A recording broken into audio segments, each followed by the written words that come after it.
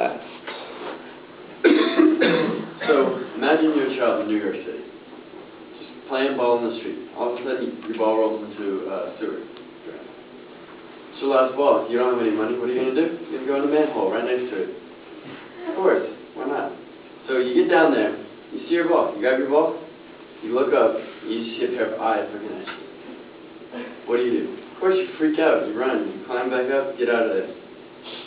Then you start to think. What could that have been?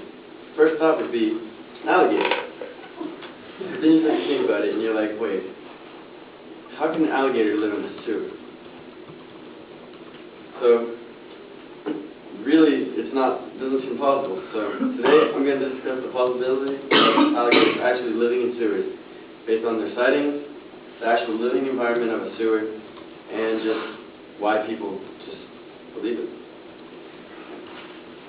Well, there have been very many sightings. The most frequently,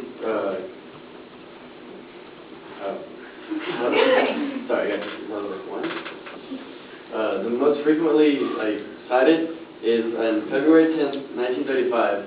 There were some kids playing ball, or they were shoveling snow into a sewer, and they see something splashing around at the bottom of it. So they go down there, and they use like a pulley system. They pull it up, and they pulled I think it was a 6-foot alligator out of the sewer. And they, of course, it was just playing dead. Like they had it tied up a little bit. And they started to poke it, and it, of course, got mad and attacked, and they killed it. Well, that was the only actual alligator that they ever found in New York City, and they killed it. So, and they disposed of the body. There's no real evidence of it.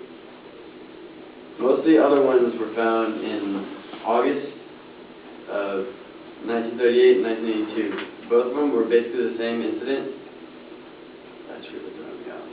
No, it's okay. They found two 2-foot-long alligators, which they later decided were caimans, which is basically just a little bit smaller, not as dangerous.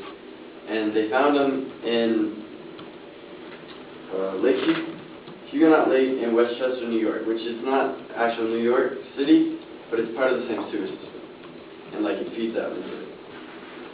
They found another small caiman in Central Park in June of 2001. And they got a report and that there was an alligator that escaped from the sewer. And they go out and they chase it all over the park, and they catch it finally, and it's just a caiman. November 2006, they also found another caiman.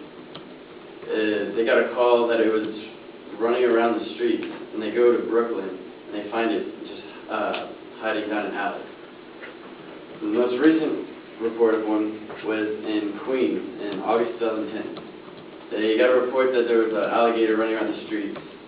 So they go down, they look around, and they find it just hiding under a car, just scared out of its mind. So with all these sightings, you gotta be thinking, alligators, they're there. Everybody's seen them. Well, there's gotta be some reason why they couldn't be there, right? Well, it turns out that sewers are completely wrong for alligators to live in. They're too cold, and alligators are cold-blooded, and without the warmth, they freeze up, die, whatnot.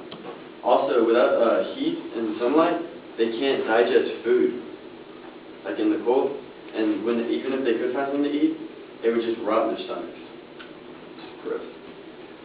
But there's no food in the sewers. What would alligators eat? They would eat rats, trash, garbage. It's just not right for their diet, and they just wouldn't be able to survive. A really central argument against it is without the vitamin D from the sun, alligators would actually their bones would soften, and they would basically turn to jelly, and they would just flop everywhere and die. And they wouldn't be able to eat. Another major concern is the pollution in the city would kill basically anything that could find a chance to live down there. But still, with all the reasons against it, there's still people who believe in it. So, why is that? Well, there's two main reasons. One, it's plausible. If you think about it, alligators, you think dark water, swamps, scary, right? You think of swamps, you don't think of heat. So, what's the difference between a swamp and a tunnel?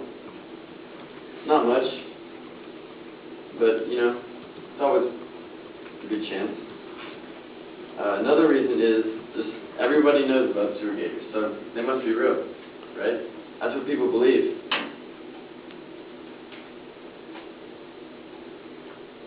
I don't know. And the general population is just not informed enough about the actual living conditions of alligators to know that they couldn't survive. Right? Although general opinion is that alligators do exist in the sewers, it's just not plausible. New York City winter just wouldn't be able to survive. They would freeze, die. They wouldn't be able to process any food. They wouldn't be able to get any nutrition. And all the actual sightings can be explained. There was only one actual alligator ever found in New York City, and they killed it. So they can't actually trace it.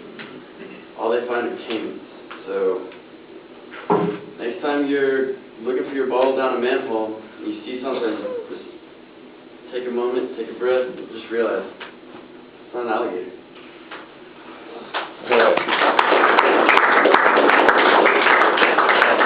The Ninja Turtles would have killed them. What was the time? 6:14.7. All right. Read over in your syllabus. Read over the assignment for speech 2. It's a policy speech that's persuasive. So start thinking about that and praying about that. And the day that you speak. You mean persuasive? That'd be Like a persuasive rule. A persuasive speech about a rule change. Like anywhere? Any kind of rule? Yes, unless it's